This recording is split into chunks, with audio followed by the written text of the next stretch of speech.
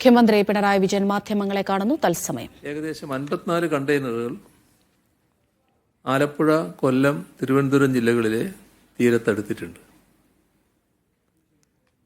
തിരുവനന്തപുരം ജില്ലയുടെ തീരത്തടിഞ്ഞ കണ്ടെയ്നറുകളിൽ നിന്ന് നർഡിൽസ് എന്നറിയപ്പെടുന്ന ചെറിയ പ്ലാസ്റ്റിക് തരികൾ അടിഞ്ഞുകൂടിയിട്ടുണ്ട്. നിലവിൽ സർക്കാരിൻ്റെ ഭാഗത്ത് നിന്ന് ക്ലീനിങ് പ്രവർത്തനങ്ങൾ ആരംഭിച്ചിട്ടുണ്ട്. നമ്മുടെ തീരത്തിൻ്റെ സംരക്ഷണം പ്രധാനമാണ്. അതുകൊണ്ട് നാം തന്നെ മുന്നിട്ടിറങ്ങേണ്ടതായിട്ടുണ്ട്. Police, civil defence വളണ്ടിയർമാർ, Aapthamitra, SPC, മറ്റ് സന്നദ്ധ സംഘടനകൾ ഇത്തരം വളണ്ടിയർമാരെ പെല്ലറ്റടിഞ്ഞ എല്ലാ തീരങ്ങളിലും വിന്യസിച്ചിട്ടുണ്ട്.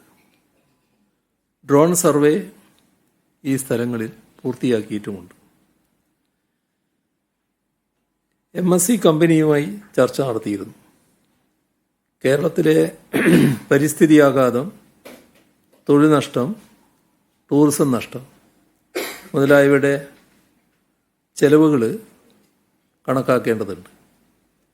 കപ്പൽ പൂർണ്ണമായും കേരള തീരത്ത് നിന്ന് മാറ്റണമെന്നതും ആവശ്യപ്പെട്ടിട്ടുണ്ട്. കണ്ടെയ്നറുകൾ കൈകാര്യം ചെയ്യുന്നതിനും നർഡിൽസ് കൈകാര്യം ചെയ്യാനുമായി സംസ്ഥാന ദുരന്ത നിവാരണ അതോറിറ്റി വിശദമായ മാർഗരേഖ പുറപ്പെടുവിച്ചിട്ടുണ്ട്. കോസ്റ്റ് ഗാർഡ്, നേവി, ദേശീയ ദുരന്ത പ്രതികരണ സേനയുടെ CBRN ടീം, ജില്ലാ ദുരന്ത നിവാരണ അതോറിറ്റി പ്രതിനിധികൾ, പോലീസ്, ഫയർഫോഴ്സ് എന്നിവരാണ് പ്രതികരണ പ്രവർത്തനങ്ങളിൽ ഏർപ്പെട്ടിരുന്നത്. ഇന്ന് റവന്യൂ മന്ത്രി, ഫിഷറീസ് മന്ത്രി, ചീഫ് സെക്രട്ടറി, ബന്ധപ്പെട്ട ഉദ്യോഗസ്ഥർ ഇവരെല്ലാം അടങ്ങുന്ന ഒരു യോഗം ചേരുകയും ഈ വിഷയം ചർച്ച ചെയ്യുകയും ചെയ്തു.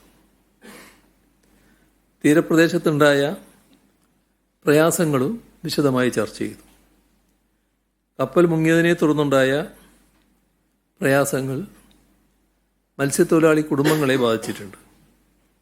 അവർക്ക് താൽക്കാലിക ആശ്വാസം നൽകണമെന്ന് യോഗത്തിൽ തീരുമാനമായി.